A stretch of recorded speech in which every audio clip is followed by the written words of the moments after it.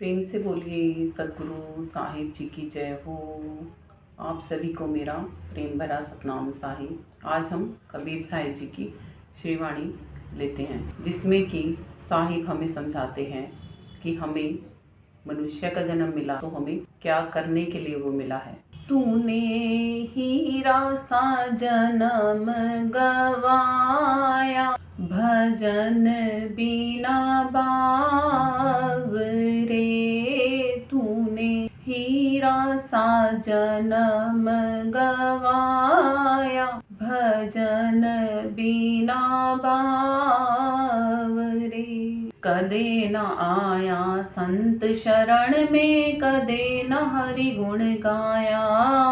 कदे न आया संत शरण में, कदे न हरि गुण गाया। बह बह मरा बैल की नाई, सोए रया और खाया। तूने हीरा सा जन्म गवाया, भजन बिना बावरे।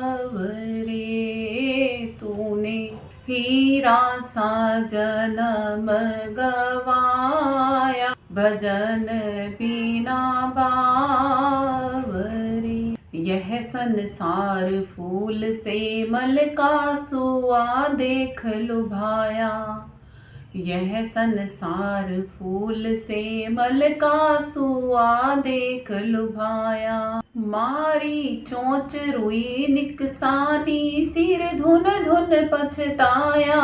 तूने हीरा सा जन्म गवाया, भजन बिना बावरे। तूने हीरा सा जन्म गवाया, भजन बिना बावरे।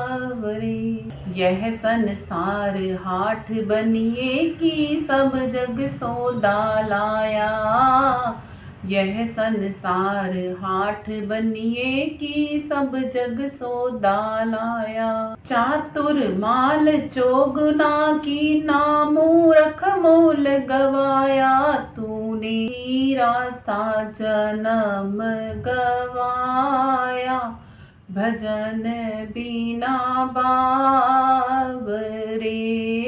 तूने हीरा सा जन्म गवाया, भजन बिना बावरे। यह संसार माया का लोभी ममता महल चिनाया। यह संसार माया का लोभी ममता महल चिनाया। कहे कबीर सुनो भई साधो, हाथ कछु नहीं आया। तूने हीरा सा जन्म गवाया, भजन बिना बावरे। तूने हीरा सा जन्म गवाया, भजन बिना बावरे। कितने सुंदर तरीके से साहिब जी हमें समझा रहे हैं कि हम हीरा सा ये जन्म गवा रहे हैं बिना भजन की। भव से बाहर जाने का रास्ता मार्ग संत जन हमें दिखाते हैं और हम उनसे ही भेंट नहीं कर पाते हैं और सारा जीवन घर धंधों में कोलू के बैल की तरह पिस के ही गवा देते हैं। इसका मतलब ये बिल्कुल भी नहीं कि हमें घर धंधे नहीं करने चाहिए। इसका मतलब केवल इतना है कि भक्ति जान के करो और गृहस्थी भी समझ के करो। कबीर साहिब जी यही कहते हैं कि तूने क्यों ये जन्म गवा दिया, जो अनमोल हीरे जैसा तन मिला था तुझे। इस तन को कितनी सारी व्याख्याएं दे रखी हैं। कहीं पर बता रखा है ये तन हीरे जैसा है, कहीं पर बता रखा है ये बंगला है। फिर भी हम जगते नहीं, फिर भी हम इस बंगले का, इस हीरे जैसे तन का ख्याल करते नहीं। जब शुरू में संतों ने ये वाणी बोली थी ना कि पहला सुख निरोगी काया। निरोगी काया क्यों होनी चाहिए? क्योंकि ये साधन है हमारा प्रभु प्राप्ति के लिए जो परमात्मा ने दिया है। ये स्वस्थ रहेगा तन, तभी तो ये चलेगा भक्ति के लिए। इसके लिए ही हमें प्राणायाम सिखाए जाते हैं, योग साधनाएं सिखाई जाती हैं, आसन सिखाए जाते हैं, ताकि हम अपने शरीर को स्वस्थ रख सकें। पहले हमारा तन स्वस्थ रहता है, फिर मन स्वस्थ रहता है और फिर हम आत्मा तक पहुंचते हैं, ऐसा कहा जाता है। और इन तीनों में से सबसे ज़्यादा स्वस्थ रखने की जरूरत है आत्मा को। आत्मा स्वस्थ होगी, गाड़ी का ड्राइवर स्वस्थ होगा तो गाड़ी को ठीक करवा ही लेगा ना, उसमें डीजल पेट्रोल भरवा ही लेगा ना। ड्राइवर ही बीमार पड़ा हो या ड्राइवर ही सोया पड़ा हो, अचेत पड़ा हो, तो उसकी गाड़ी को कौन संभालेगा भला। ऐसे ही परमात्मा हमें कहते हैं कि तन को भी स्वस्थ रखना जरूरी है, तन के कार्य व्यवहार भी जरूरी हैं। उससे पहले ये जरूरी है कि आप ये जान पाओ कि आप इस तन में बैठे हुए ड्राइवर भी हो, आप चला रहे हो इस गाड़ी को। आपने अपनी गाड़ी को, आपने इस व्हीकल को कहाँ पर लेके जाना है, कौन सी यात्रा कंप्लीट करनी है इस व्हीकल से, ये भी आप ही डिसाइड करोगे। आपके लिए कोई और डिसाइड नहीं कर सकता। हर एक आत्मा यहाँ पे कर्मों के लिए स्वतंत्र है, उनके फलों की गुलाम है। जब हम सभी ये जानते हैं कि आत्मा कर्म करने के लिए स्वतंत्र है और फलों की गुलाम है, फिर भी हम ऐसे ही कर्म क्यों करते जाते हैं कि जिससे कि हम बंधनों में बंधते ही जाते हैं। क्यों हम निकर्मी नहीं बन पाते हैं? हम इसलिए निकर्मी नहीं बन पाते हैं क्योंकि हम सच्चे शब्द भेदी संतों की शरण ही नहीं ग्रहण कर पाते। हम वो ज्ञान प्राप्त ही नहीं कर पाते जिससे कि हमें ये ज्ञान हो सके कि ये तन साधन है, इस तन से ही हम परमात्मा तक जा सकते हैं। जैसा कि तुलसी साहिब जी अपनी श्रीवाणी में बताते हैं, बड़े भाग्य मानुष तन पावा, सुर दुर्लभ सदग्रंथन गावा। ये तन वो साधन है जो कि देवताओं को भी दुर्लभ है मिलना। बड़े भाग्य मानुष तन पावा, ये तन हमने पाया है, हम आत्माओं ने, जो आज मनुष्य के तन में बैठी हैं उन आत्माओं ने, जो कि देवताओं को भी दुर्लभ है, मिलता नहीं है आसानी से। ये कौन सा साधन है? ये वो साधन है साधन धाम मोक्ष करी द्वारा। ये वो व्हीकल है, जैसे हम गाड़ियाँ वगैरह चलाते हैं ना, वैसे ये वो व्हीकल है जो कि मोक्ष के द्वारे तक हमें लेके जाता है। अब हम इस व्हीकल से उसके द्वारे पर न जाके कहीं और चले जाएं तो वो भी हमारी मर्जी है। जैसे किसी ने हमें बताया कि हम अपनी गाड़ी से हरिद्वार की यात्रा करके आ सकते हैं। अब हम हरिद्वार ना जाके दिल्ली चले जाएं, बेंगलोर चले जाएं, कलकत्ता चले जाएं, हरिद्वार ना जाएं तो जा तो गाड़ी कहीं ना कहीं तो रही है ना। इस पर एक और श्रीवाणी है एक भजन रूप में, जिसकी मैं 2 लाइनें यहाँ पे बोलना चाहूँगी। हे बंजारन अखियाँ खोल, टांडा तेरा किधर चला। हे बंजारी आत्मा, जरा आँखियाँ तो खोल, लेके जा रही है तू इस अपने घर को घरों देख। आँखियाँ खोल, जग के देख तो, वो प्यारी सूरती जरा जग के देख तो सही कि ये तेरा टांडा किधर को जा रहा है, संसार को जा रहा है कि परमात्मा के पास को जा रहा है। संसार में से ही रास्ता, भवसागर में से ही रास्ता पार करके परमात्मा तक जाया जाता है। तो उसका मतलब ये नहीं कि भवसागर में ही रुकना है हमें, संसार में रुकना नहीं है। संसार में से तो वैसे भी जाना ही पड़ेगा, क्योंकि इस तन की, इस व्हीकल की अवधि खत्म होगी तो ये छोड़ के वैसे भी जाना पड़ेगा। हमारी श्वासों रूपी ये पेट्रोल जिस दिन ख़त्म, उस दिन ये व्हीकल हमसे छूट जाएगा। तो उससे पहले कि हमारा इसमें भरा हुआ श्वासों रूपी डीजल या पेट्रोल ख़त्म हो जाए, हम अपनी गाड़ी को सही दिशा में दौड़ाना शुरू कर दें, संतों की शरण लेके। यही बात कबीर साहिब जी भी हमें समझा रहे हैं कि कदे न आया संत शरण में, कदे न हरि गुण गाया। बह बह मरा बैल की नाई, सोए रया और खाया तूने, हीरा सा जन्म गवाया, भजन बिना बावरे। क्यों मरना चाहते हैं हम बैल की तरह? कोल्हू का बैल देखा है ना, सुबह से शाम तक पीटता रहता है, क्या मिलता है? चारों तरफ घूमता रहता है, मनुष्य को तो कुछ मिलता है उससे, कोलू का बैल जब चलता है उस बैल को क्या मिलता है? कुछ नहीं मिलता ना, सिर्फ सोता है और खाता है और फिर चलता रहता है लगातार। वो चल के कहाँ पहुँचता है? कहीं नहीं पहुँचता, वो सिर्फ चारों तरफ घेरे में ही घूमता रहता है। ऐसे ही हम भी भव में पड़े हैं। क्या कहते हैं? भव सागर, जहाँ पे भंवरे पड़े हैं। भंवर पड़ती है ना, जिसमें गोल गोल सराउंडिंग एरिया में घूम घूम के उसी के अंदर ही धस के खत्म हो जाते हैं। ऐसे ही परमात्मा समझाते हैं हमें कि अब तो जग जाओ आत्मा, कब तक सोती रहोगी इस भवसागर की दुनिया में? नहीं दिल करता क्या जगने का? नहीं बार बार जन्म लेके और मर के शांति मिली क्या अभी तक? या और मरना और जन्म लेना बाकी है? इस बार तो एक कोशिश करो। इस बार भजन कर ले, मुक्ति का यतन कर ले, कट जाएगी 84। हरि का सिमरण कर ले। इस बार तो ही मनुष्य भजन कर ले, इस बार तो परमात्मा को याद कर ले।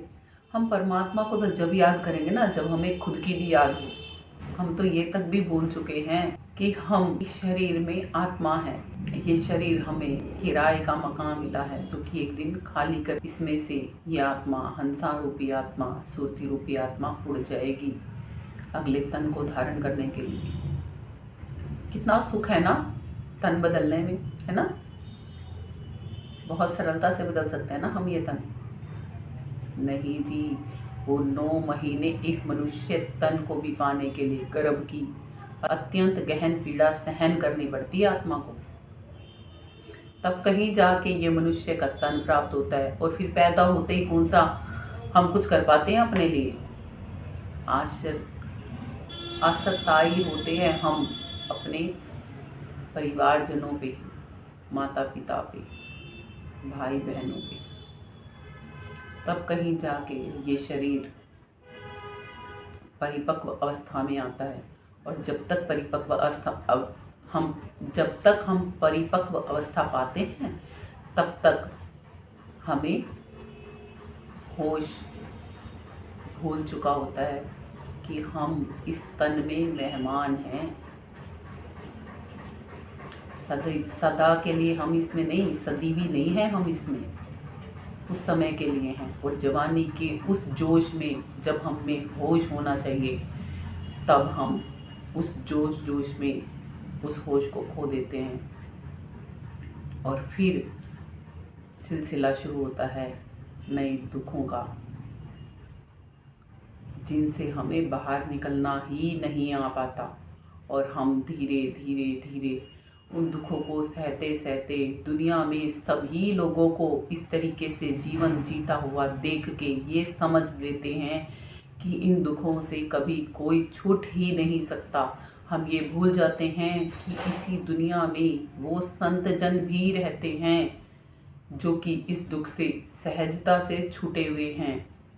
वो कैसे? केवल वो खुद को और उस परमात्मा को समझ चुके हैं और जान चुके हैं। हम अज्ञानता में जीवन जीते हैं और वो जानकारी में जीवन जीते हैं। इसीलिए ही कहा जाता है, संसार की शिक्षा जब हम प्राप्त करते हैं तब भी हमें सानिध्य और संग चाहिए होता है टीचर का। किसी भी शिक्षित या अशिक्षित फील्ड में जब हम कोई कार्य करते हैं तब हमें उसका संग करना ही करना पड़ता है। बिल्कुल वैसे ही जैसे एक लड़की को यदि खाना बनाना भी सीखना है तो उसे अपनी माँ का खाना जो वो बनाती हैं उनका संग करना पड़ेगा, तब वो सीख सकती है। कपड़े धोना सीखना है तो जो कपड़े धोना जानता है उसका संग करना पड़ेगा। बर्तन मांजना सीखना है तो जो बर्तन मांजता है उसका संग करना पड़ेगा कि वो कैसे करता है उस कार्य को। सफाई करना सीखना है तो सफाई के लिए भी संग करना पड़ेगा। एक बच्चे को हम स्कूल भेजते हैं तो वहाँ पे भी टीचर होती हैं, अध्यापक गुरुजन होते हैं जिनका संग बच्चा करता है तो पढ़ाई सीखता है। फिर हमने ये कैसे सोच लिया कि आत्मज्ञान और परमात्म ज्ञान पाने के लिए किसी का संग ही नहीं करना पड़ेगा। क्यों हम इस भूल में जी रहे हैं? ऐसे सोच लिया कि बिना संग के ही हमें आत्मज्ञान हो जाएगा बैठे बैठे, परमात्म ज्ञान हो जाएगा बैठे बैठे, उसके लिए कुछ भी नहीं करना पड़ेगा। तो फिर ये ऋषि मुनि योगी क्यों करते हैं तपस्याएं? नहीं है ना कोई ज़रूरत। क्या ज़रूरत पड़ी है संतों को घर घर जाके, गली गली जाके आवाज़ लगाने की? नहीं है ना कोई ज़रूरत। बहुत बड़ी ज़रूरत है ये हमारी, जिसको हम नज़रअंदाज करके ये जीवन जी रहे। और नानक जी समझाते हैं कि यदि इस बार भी नहीं जगे ना मनुष्य, इस बार भी भजन बंदगी नहीं की ना परमात्मा की, तो 1,84 का जेल खाना तैयार समझ लेना पक्के तौर पे। आज तो जीते रहो जीवन ऐसे ही, तेरा मेरी, इसका इसकी, उसका उसकी करने में। इसने मुझे ये कहा, उसने मुझे वो कहा, उसने मेरे साथ ये किया, उसने मेरे साथ वो किया। आज तो इसमें ही जीवन बिता दो सारा, कोई दिक्कत नहीं। बिना खुद को जाने ऐसे ही जीवन जीने का कोई फायदा नहीं। पशु नहीं है हम। पशु हैं क्या हम? पशु भी बच्चे पैदा करते हैं, हम भी बच्चे पैदा करते हैं। पशु भी भोजन खाते हैं, हम भी भोजन खाते हैं। पशु भी सोते हैं, हम भी सोते हैं। पशु भी एक शेल्टर, होम कुछ बना के रहते हैं। पक्षियों को देखा है ना, घोंसला बना के रहते हैं। तो पशु भी ऐसा जीवन जीते हैं। हम में और पशु में क्या कोई भी अंतर नहीं है? बहुत बड़ा अंतर है जी हम में और पशुओं में। पशु आसक्ताई जीवन जीते हैं, हम स्वतंत्र जीवन जीते हैं। पशु भोग योनियों में हैं, हम कर्म योनि में हैं। हम जैसे कर्म करेंगे वैसे आगे फल पाएंगे। और पशु इस समय कर्म नहीं कर रहे, इस समय वो उन कर्मों को काट रहे हैं, भोग रहे हैं, जो पहले कभी उन्होंने मनुष्य के तनों में रह के कर्म किए थे, जिसके फल स्वरूप उन्हें पशुओं के तन आज मुहैया करवाए गए हैं। हम सभी कहते भी हैं कि जैसे कर्म करोगे वैसे फल देगा भगवान, ये है गीता का ज्ञान। और फिर इस गीता के ज्ञान को अमल में नहीं लाते। बोलते तो हम बहुत कुछ हैं, अमल कितना करते हैं उस पे बात सिद्ध होती है। कहते हैं ना, इस दुनिया में ज्ञानी तो भरे पड़े हैं। ज्ञान की किसी को ज़रूरत नहीं आज के समय में।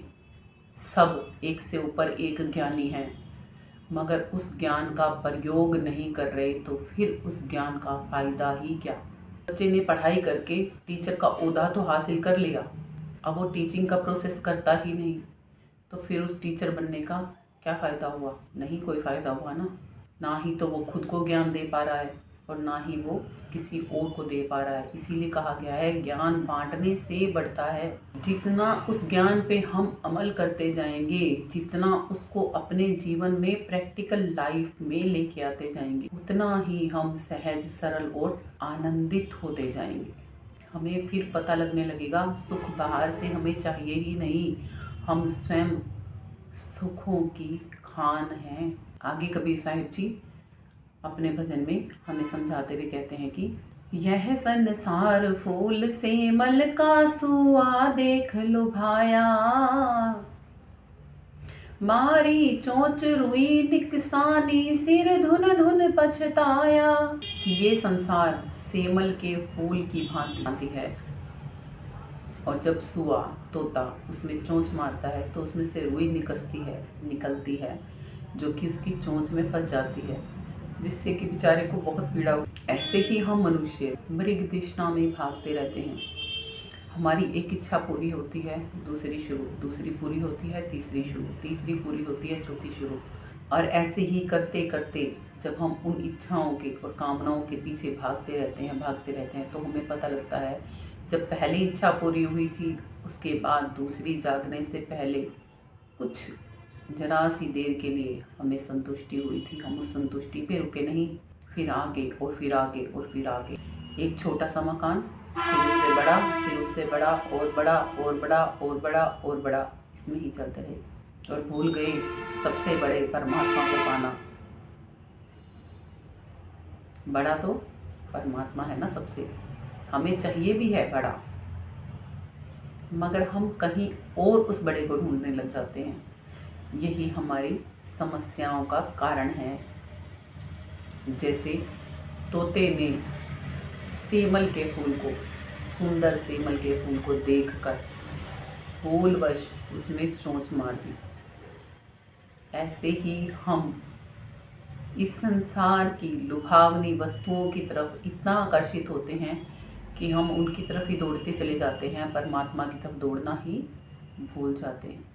और जब हमारी दौड़ परमात्मा तक चलती है तो फिर हम इस संसार को भी सरलता से जी पाते हैं। हमें दिखता है हाँ सेमल का फूल है, और हम सहजता से संतों का संग करके इस भव सागर से, इस संसार सागर से बाहर आ सकते हैं। सिर धुन पछताने से बच सकते हैं। मारी चोंच रोई निकसानी, सिर धुन पछताया। और जब मनुष्य का ये तन खत्म होने की कगार पे आ जाता है, इच्छाओं और कामनाओं को पूरे करते करते करते करते आखिर में वो कहते हैं ना, अब पछताए क्या मिले जब चिड़िया चुन गई खेत। ऐसे ही हम इस संसार में सारा जीवन लगा देते बिना भगवत प्राप्ति के। कबीर यह संसार है जैसे सेमल फूल, दिन दस के व्यवहार में झूठे रंग ना भूल। कबीर साहिब जी अपनी श्रीवाणी में समझाते हैं कि ये संसार इस प्रकार से ही है जैसे सेमल का फूल होता है। सेमल के फूल में जब तोता चोंच मारता है तो उसमें से रुई सी निकलती है, जो कि खाने वाला फल नहीं होता, केवल देखने मात्र में ही सुंदर लगता है। ऐसे ही ये संसार भी देखने मात्र में ही सुंदर लगता है, वास्तव में तो इस संसार में, देह में जब तक हम हैं तब तक दुखों में ही घिरे रहते हैं। भावे हमें शारीरिक परेशानियां हों, मानसिक परेशानियां हों या आर्थिक परेशानियां हों, हम किसी ना किसी परेशानी से ग्रसित ही रहते हैं इस दुनिया में। कर्मा अनुसार आत्मा गमन करती रहती है और नए कर्मों को बना के फिर से ही इस दुनिया में जन्मती रहती है। ये तन छोड़ने और तन लेने का सिलसिला आखिर हम कब ख़त्म करेंगे? आखिर हम कब मुक्त होके स्व में स्थित होना जानेंगे? कबीर साहिब जी यही समझाते हैं कि दिन दस के व्यवहार में झूठे रंग न भूल, कि इस दुनिया में भजन बंदगी के लिए परमात्मा ने हमें यहाँ भेजा था और हम केवल संसार की कमाइयों में, संसार में, परिवार में ही गुम होके ये जीवन जिए जा रहे हैं और अंत समय में हमें फिर पछताना पड़ता है और नए तनों को फिर से धारण करना पड़ता है। जैसे कि जब इस दुनिया में आत्मा आई तब कच्ची मिट्टी के घड़े की तरह थी, हवा जिसमें पकाने के लिए रखा गया है हमें, और जब हम पक जाएंगे तो पूर्ण रूप से पक्के घड़े बन जाएंगे। साहिब वही पक्के घड़े हमें बनाना चाहते हैं जो कि कभी फूटे नहीं। आत्मा अजर अमर अविनाशी है ना, ये हमें याद दिलाना चाहते हैं। वो चाहते हैं कि हम ये याद रख पाएं, हम इस आवागमन के चक्रव्यूह से छूट जाएं। हम स्वयं में सुख राशि, सुखों की खान, सुखों को ढूंढते फिरते हैं। आखिर क्यों?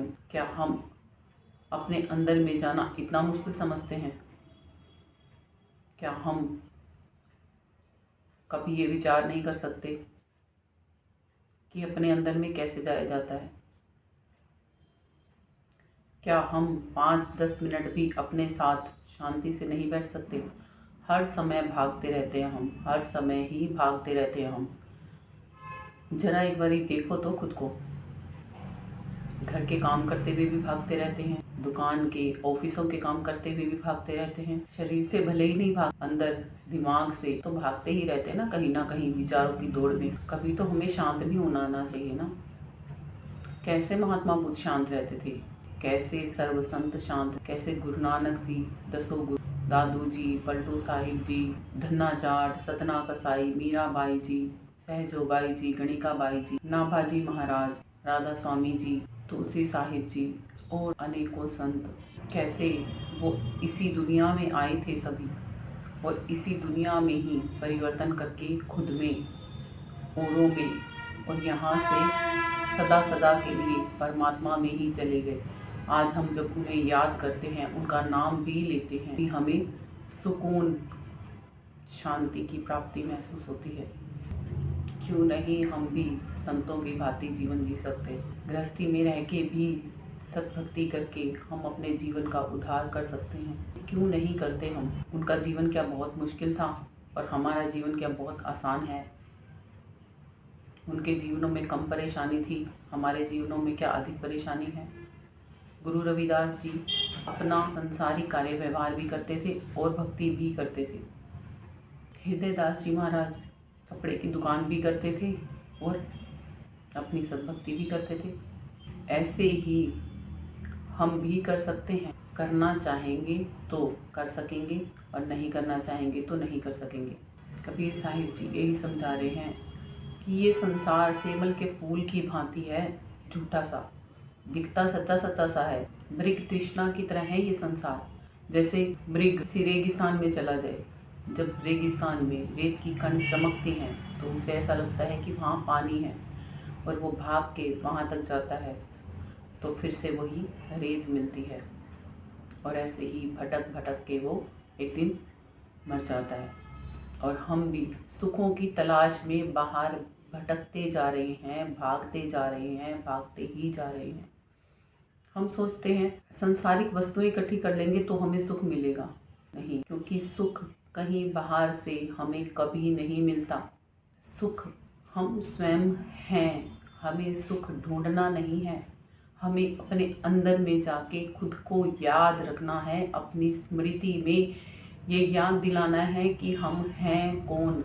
हम ईश्वर की अंश अविनाशी आत्माएं हैं जो स्वयं सुखों की खान है। तुलसी साहिब जी भी बताते हैं रामचरितमानस के उत्तरकांड में दोहा 116 ख, वहाँ से आप पढ़ के देखोगे तो आपको पता चल जाएगा कि हम हैं कौन। सभी सदग्रंथ हमें यही समझाते हैं। श्री गीता उठा के पढ़ लो तो यही समझ में आएगा कि हम हैं कौन। गुरु नानक जी की गुरु ग्रंथ साहिब उठा के पढ़ लो तो भी यही समझ में आएगा कि हम हैं कौन। कुरान शरीफ उठा के देख लो तो भी यही समझ में आएगा कि हम हैं कौन। बाइबल उठा के देख लो तो भी यही समझ में आएगा कि हम हैं कौन। जब सभी सदग्रंथ भी हमें यही समझने को कहते हैं, फिर हम क्या कर रहे हैं आखिर? हम उलझे कहाँ हुए हैं आखिर? हमें क्यों नहीं अपना अस्तित्व समझ में आता? क्यों हम ये भूले बैठे हैं कि ये शरीर नश्वर है और फिर भी इस शरीर के लिए ही भागम भाग मचाए जा रहे हैं? क्यों नहीं हम इस शरीर को साधन बनाते मालिक तक, परमात्मा तक जाने का? क्यों नहीं हम खुद को जान पाते इस शरीर में रह के? आखिर क्या लेकर आया है बंदे और क्या लेकर जाएगा? मुट्ठी बंद कर आया था रे बंदे और हाथ पसारे जाएगा। बंद मुट्ठी में श्वासों की पूंजी लाया था रे बंदे और सभी क्या यही संसार में ही नष्ट करके जाएगा? परमात्मा ने हमें अनमोल वो श्वासों की पूंजी देके इस दुनिया में भेजा है जो कि एक श्वास मोल नहीं मिलती। फिर हम इन श्वासों से कमा क्या रहे हैं? वो चीज़ जो नष्ट हो जाने वाली है। ये नहीं है कि वो कमानी ही नहीं चाहिए। ये तन एक साधन है इसको स्वस्थ रखने के लिए, इसकी प्रोटेक्शन के लिए जो भी ज़रूरी है वो करना भी चाहिए। मगर उन सबसे पहले जो इस शरीर में रह रही शक्ति है, जो इस शरीर को चलायमान किए हुए शक्ति है, उससे भी परिचय करना अत्यंत आवश्यक है। उस शक्ति को यहाँ क्यों भेजा गया है यह जानना भी अत्यंत आवश्यक है और उस शक्ति को वापस कहाँ पर जाना है ये जानना भी अत्यंत आवश्यक है। यही संत जन हमें सिखाना चाहते हैं कि संसार की कमाई आप करते हो वो जरूरी है तो भक्ति भी जरूरी है। सुख सुकून के लिए आप जब संसारी कमाई करते हो तो आत्मिक सुख के लिए, पूर्ण शांति के लिए भक्ति भी जरूरी है। प्रेम से बोलिए सद्गुरु साहिब जी की जय हो। आप सभी को मेरा प्रेम भरा सतनाम साहिब।